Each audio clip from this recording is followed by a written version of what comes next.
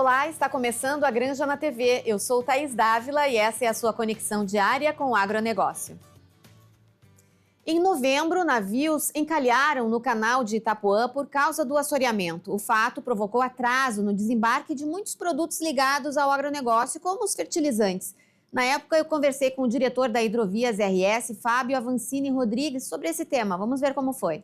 Bom, o que representam esses encalhes aí, especialmente para os produtos do agronegócio? Olha, eu diria que não é só para os produtos do agronegócio, né? Para toda a matriz de transporte hidroviário, ela fica comprometida no momento que tu tem uma via hídrica obstruída ou com seu calado reduzido. Isso aumenta, sem dúvida nenhuma, todo o custo logístico desses produtos, tanto fertilizantes como grãos, como químicos, como gás liquefeito, todos que vêm para a região metropolitana ou que vão em direção ao Porto de Rio Grande. Esse não é um problema novo, né? Apesar de ter sido agravado aí com as enchentes, não é um problema novo aí para o estado. Tanto é que a Hidrovias RS é uma associação criada em 2018 já para discutir essas questões, né, Fábio? Exatamente. As federações, os operadores portuários, os navegadores, os donos de carga, vamos dizer assim, se reuniram, constituíram a Hidrovias RS, exatamente para centralizar os pleitos, né, de todas essas categorias. O que é importante entender é que tem que se ter um entendimento melhor do modal hidroviário, com a sua redução de custos, com a baixa emissão de carbono, com o grande volume de carga transportada. Mas para que isso aconteça, tu tem que ter uma via, ou como se diz, uma hidrovia, que esteja sinalizada e com os calados adequados. E para que isso aconteça, a gente não pode viver só em regime de emergência. Nós temos que entender, para que tudo flua como uma estrada, ela tem que ter os melhores tipos de conservação. No caso da estrada, tu vai lá, tu tapa um buraco, conserta uma galeria, sinaliza. Na hidrovia é muito mais barato, infinitamente mais barato, tu manter ela funcionando. O quilômetro comparado da hidrovia com o quilômetro comparado da estrada é infinitamente menor o investimento necessário para que essa via fique disponível em todo o tempo. É importante também que esses investimentos sejam continuados, e não só em momentos de emergência como nós estamos vivendo agora. Mas a cheia, com certeza, contribuiu trazendo sentimentos para a hidrovia também. Mas antes de toda a enchente, já era alertado o provável colapso do sistema hidroviário do Rio Grande do Sul, principalmente na chegada ao Porto de Porto Alegre, nos períodos de verão, onde tu tem naturalmente uma diminuição dos níveis do Lago Guaíba e, consequentemente, uma diminuição do calado também. Então, é importante que todas essas manutenções, tanto de dragagem como de sinalização, sejam feitas de maneira contínua.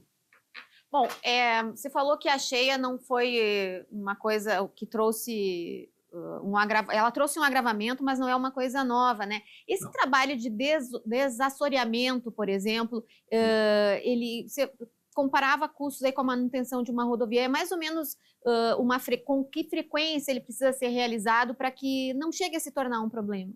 Olha, ninguém tem bola de cristal, né? Então a gente tem que usar dos equipamentos e da técnica que existe, que são os ecobatímetros, né? Tô fazendo uma batimetria regularmente e conversando com os pilotos de navio, praticagem da lagoa, ela vai te dizer onde estão os principais problemas. No momento que tu faz uma batimetria e tu constata, não, realmente, ele tem um problema que nós temos que fazer uma intervenção, após a intervenção se faz uma outra batimetria e se vê como isso ficou. Mas isso não pode ser, como eu estou te dizendo, de maneira emergencial. O navio trancou, então a gente vai lá e arruma aquele trecho. Não, ela tem que ficar constantemente em manutenção, como é uma estrada. Apareceu um buraco, vai lá e tapa.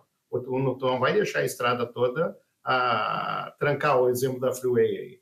Existia uma infiltração que não tinha sido detectada e olha o problema que aconteceu. Tu transporta isso para uma hidrovia, é a mesma coisa.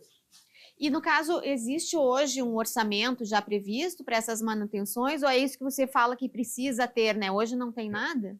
Não, o que foi anunciado pelo governo do estado do Rio Grande do Sul, que são 731 milhões de reais que estariam disponibilizados para fazer a batimetria e a manutenção de todo o sistema hidroviário do estado do Rio Grande do Sul, não só do canal principal. Quando se fala canal principal, é o canal do Porto de Rio Grande, a Porto Alegre e a Pelotas, tá? Mas as hidrovias a hidrovia ela não se limita a isso. Nós temos também aqui Gravataí, tem um polo petroquímico, tem o Taquari, que ali tem uma situação diferente um pouco, que tem uma responsabilidade federal também. Então, é muito amplo o serviço. Eu entendo que se foi disponibilizado esses valores, 731 milhões de reais, como foi anunciado há 10 dias atrás pelo governo do estado, tenho certeza, esperamos, né, que se faça as intervenções de emergência, mas que também se mantenha durante todo o ano, todo o período, as intervenções necessárias para que se mantenha essa hidrovia no estado da arte.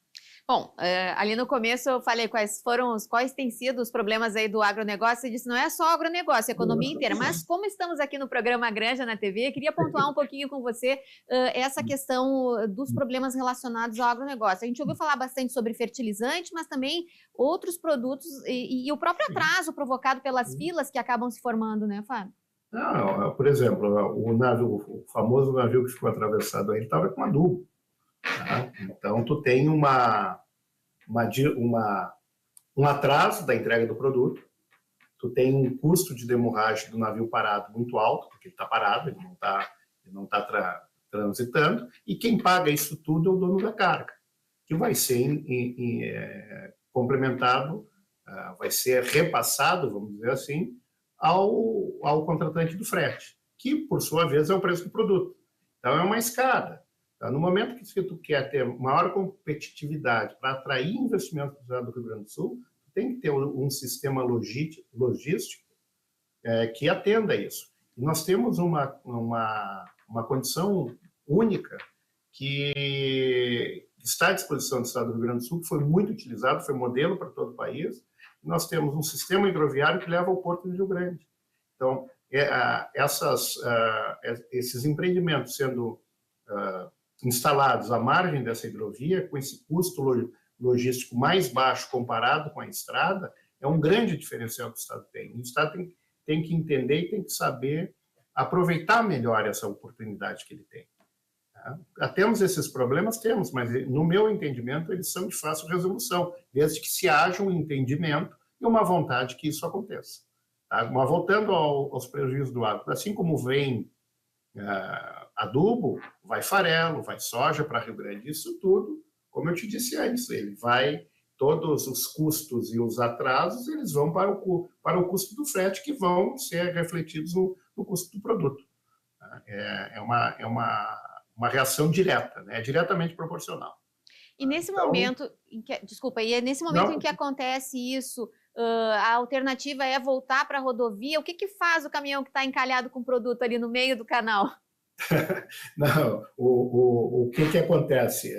Se eu tenho um prazo para entregar um produto e eu não estou conseguindo entregar o produto, o que eu vou fazer? Eu vou usar o que tiver ao meu alcance para cumprir esse prazo. E aí o que acontece? Cai num caminhão. Em vez de eu transportar, sei lá, 5 mil toneladas em um veículo aquático, que é um barco, eu tenho que transportar mais de 100 carretas para esse mesmo veículo. Então, é simples a conta, é fácil de enxergar a conta. Tá? Mas porque essa situação nossa, que ela está bastante confusa nesse momento, eu sou um operador, eu tenho que levar o veículo no porto, eu não vou arriscar. O que eu vou fazer? Eu vou botar no caminhão e vai para o porto, mesmo que tenha um custo mais alto. Mas se no momento que eu tiver esse sistema hidroviário operante na sua plenitude, com certeza a busca por esse modal será maior, não tenho a menor dúvida quanto a isso. É uma boa pauta aí, começando um novo ano em seguida, para começar 2025 já com a pauta séria a respeito dessa desburocratização, né, Fábio? E uma coisa que ultimamente está ficando mais claro para nós, né, que parece que o governo está entendendo melhor potencialidade desse modal. E ficou muito tempo esquecido, e muitas intervenções que foram feitas para garantir ainda a utilização desse modal, principalmente aqui na região metropolitana, foram feitas pelos próprios empresários do setor, quando os rios e as vias navegais são de responsabilidade do governo. É isso. E recentemente noticiamos aí que o Porto de Porto Mauá recebeu apoio aí de empresas e entidades do setor da suinocultura, que é grande ali na região, para conseguir colocar a fiscalização agropecuária, que também é importante, né? Exatamente. Se tu vai ver as autoridades intervenientes que tem no Porto de Rio Grande para tu despachar uma carga, tu cai para trás, né? É um monte de coisa. É verdade. E as regulamentações também náuticas elas são comparadas muitas vezes à regulamentação que um transatlântico tem que ter. Então, isso tem que ser revisto, sim. Tá certo. Fábio Avancini, da Farsul e Hidrovias ES, obrigada pela participação. Tá bom, muito obrigado. Até a próxima. A dragagem do canal de Itapuã será finalizada somente em fevereiro de 2025. Já os levantamentos hidrológicos desta e de outras obras ocorrerá em junho. O investimento do governo do estado será de R$ 731 milhões para a dragagem e reconstrução de hidrovias e portos gaúchos. A gente faz um rápido intervalo, em seguidinho está de volta. Até já!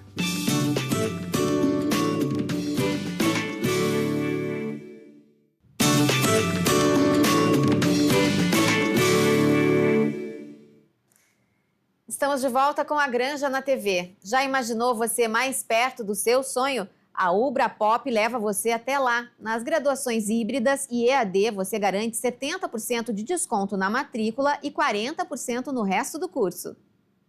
Pós em dobro Ubra Pop, uma promoção imperdível para turbinar sua carreira. Fazendo a sua matrícula em uma pós-graduação EAD nas áreas de gestão e educação, você recebe outra totalmente gratuita. Essa é a sua chance de investir em 2 cursos pelo preço de um e crescer profissionalmente. Aproveite a oportunidade incrível de adquirir conhecimento em dobro com uma das melhores universidades do país. Estude com uma plataforma de ensino atual e inovadora, ideal para o seu smartphone, acompanhamento em todo o curso e a flexibilidade que só o EAD oferece, com aulas 100% online. Confira o regulamento em pós.ubrapop.com.br. Ubra Pop, o futuro começa aqui. A produção de tilápia mais do que dobrou no Brasil em uma década. Em outubro, eu conversei com Francisco Menezes, presidente da Associação Brasileira de Piscicultura, a Peixe BR, e ele afirmou que a tilápia é o novo frango. Confere. Vamos saber mais sobre esse mercado e seu potencial com o presidente da Associação Brasileira de Piscicultura, a Peixe BR, Francisco Menezes. Tudo bem, Francisco? Tudo bem. Como é que vocês estão? Tudo bem. E quanto tempo para que a tilápia seja de fato o novo frango? Olha, se nós fizermos uma retrospectiva, aproximadamente 40 anos atrás, o frango estava no estágio que nós estamos hoje na tilapicultura nacional. Posso dizer para você, inclusive, que há 40 anos estava, inclusive, mais concentrada a produção do que nós temos atualmente. Então, a gente fala no cenário, a tilapicultura praticamente como uma atividade comercial extremamente importante, com empresas estruturadas, tem 10 anos. Então, nós estamos falando aí de um cenário de 20 a 30 anos para que possamos ter o mesmo status que nós temos hoje, principalmente na avicultura. A produção brasileira de peixes cresceu mais de 50% em 10 anos. Quais são os objetivos agora? Olha, os nossos objetivos são bem claros.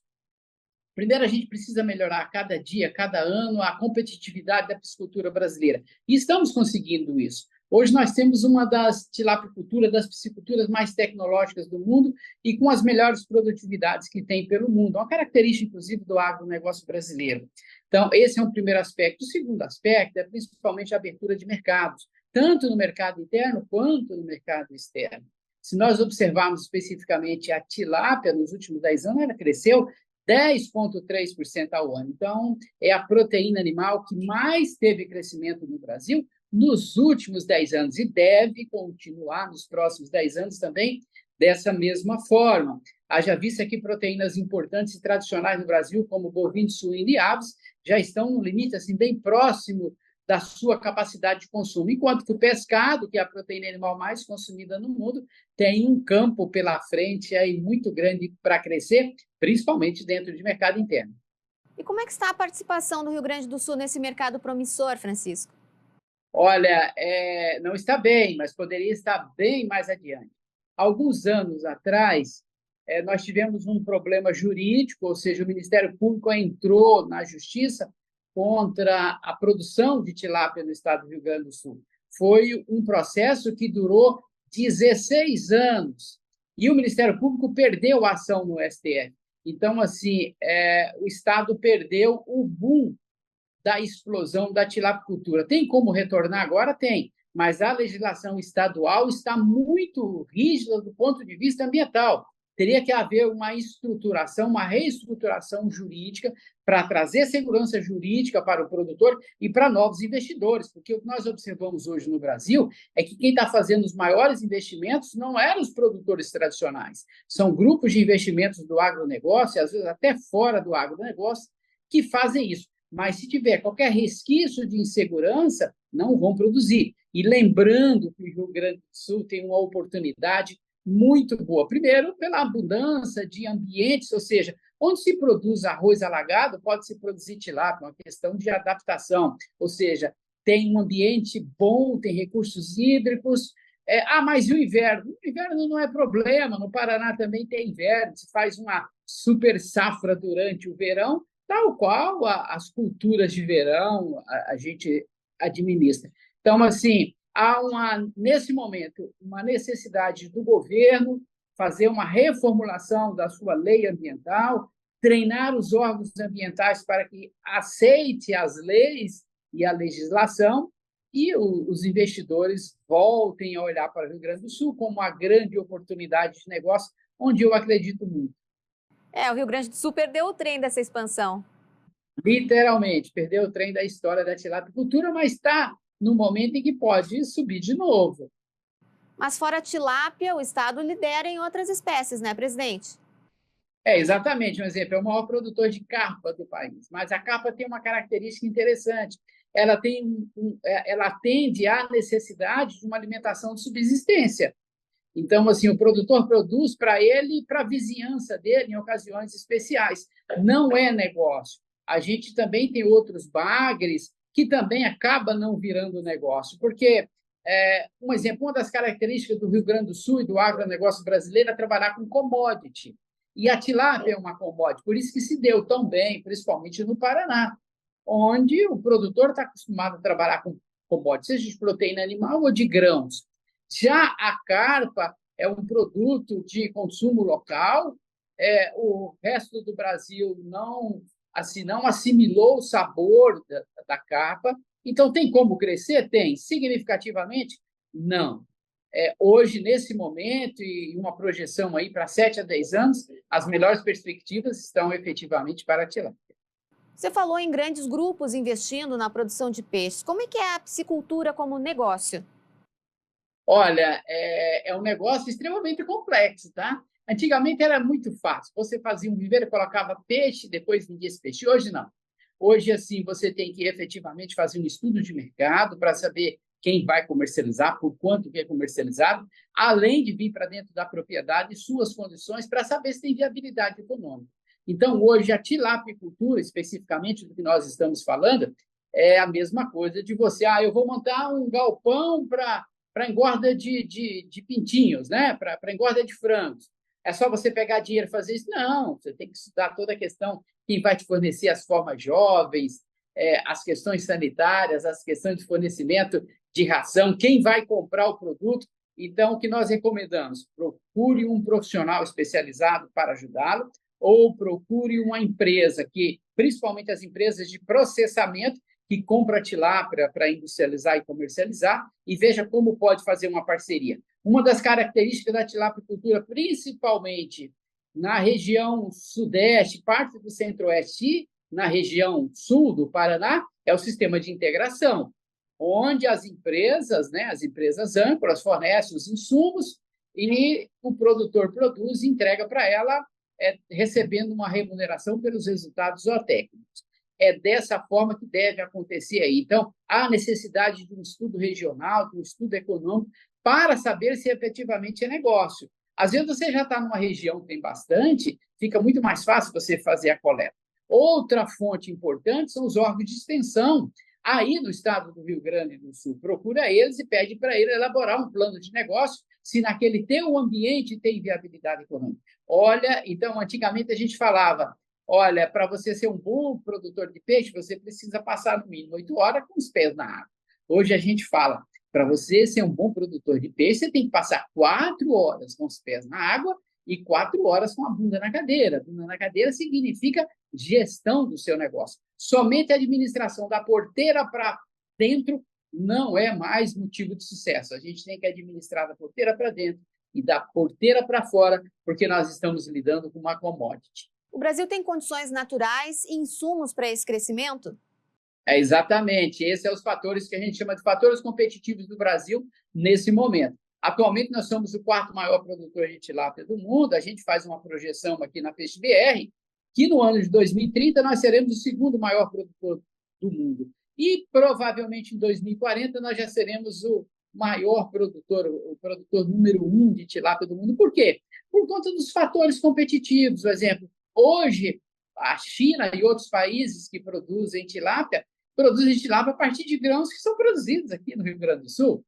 Então, assim, se nós produzimos aqui, nós somos muito mais competitivos. Recentemente, eu estive no Vietnã, que é um grande produtor de panga e de tilápia, e a gente verifica que as rações deles são bem mais caras do que as nossas. Por quê? Porque eles compram aqui no Brasil seus insumos, e os principais insumos é comida para o peixe, que aí é milho, soja, farelo de trigo, farinha de vísceras, é o que a gente tem aqui em grande volume e exportamos. Então, é uma grande oportunidade para o agro do Rio Grande do Sul, para o agro brasileiro. Estados como Santa Catarina, Mato Grosso do Sul, São Paulo e já estão, e Paraná já identificaram isso, estão fazendo grandes investimentos, e agora, mais recentemente, Minas Gerais, que é o estado que mais cresce nesse momento, em função de que o empresário está vendo uma oportunidade muito grande.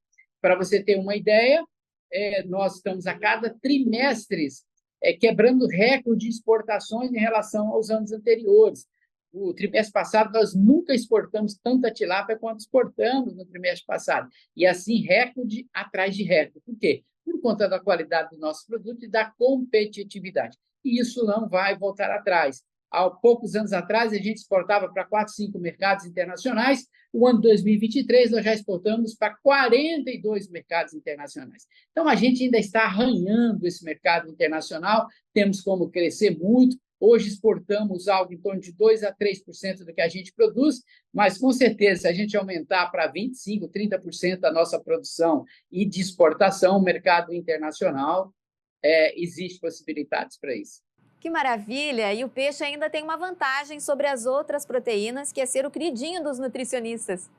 Claro! Se você observar a história da humanidade, né, os seres humanos, vamos dizer assim, se desenvolveram principalmente comendo peixe. As principais civilizações do mundo foram estabelecidas a partir do pescado. Então, se você quer ver o índice de desenvolvimento de uma nação, é só verificar lá qual que é o consumo per capita de pescado.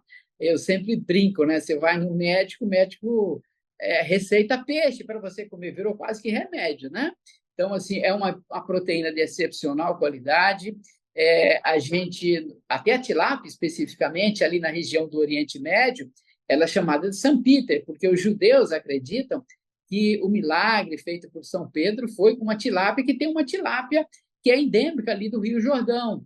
Então, assim, historicamente, esse negócio de peixe é algo saudável, é algo quase que divino. Lembrando, mais uma vez, que o símbolo do cristianismo é um peixe e é uma tilápia. O produtor gaúcho, então, precisa estar atento para ganhar um espacinho nesse mercado? Exatamente. Não é um espacinho, né? Um espaço muito grande. Porque a gente tem um perfil, principalmente do produtor no Rio Grande do Sul. Eu moro no estado do Mato Grosso, que na realidade é quase que uma filial do Rio Grande do Sul, né? Meus amigos todos, a sua maioria são gaúchos. Os que não são gaúchos nasceram no Paraná, mas os pais são gaúchos do mesmo jeito. Então, assim, esse perfil empreendedor realmente faz a diferença no agronegócio brasileiro e me surpreende ainda não ter explodido aí no Rio Grande do Sul, onde eu acredito que seja um dos melhores ambientes do Brasil para a produção dessa tilápia, em função que os ambientes, questão de produção de insumos, estão todos aí.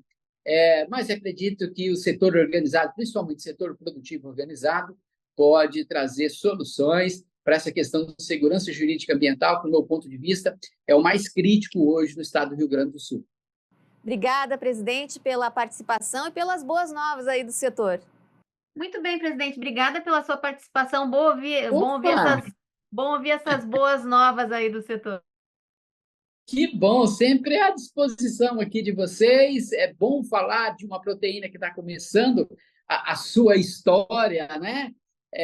E que está nos próximos anos a gente conta efetivamente o que aconteceu. Porque hoje, na Peixe BR, que está completando 10 anos, a gente tem 10 anos de história e 10 anos de sucesso da piscicultura brasileira, da tilapicultura brasileira. Então, vamos juntos, não é só alegria, não é só sorriso, as dificuldades, todo dia nós temos uma dificuldade, mas a resiliência do produtor brasileiro, olha, para quem já viaja pelo mundo afora pode comprovar isso. Não tem empreendedor rural tão competente e eficiente quanto o empreendedor rural brasileiro. E nós devemos muito isso aos gaúchos. Portanto, aí é o berço desse empreendedorismo. A Granja na TV de hoje fica por aqui. A gente se encontra amanhã. Até lá!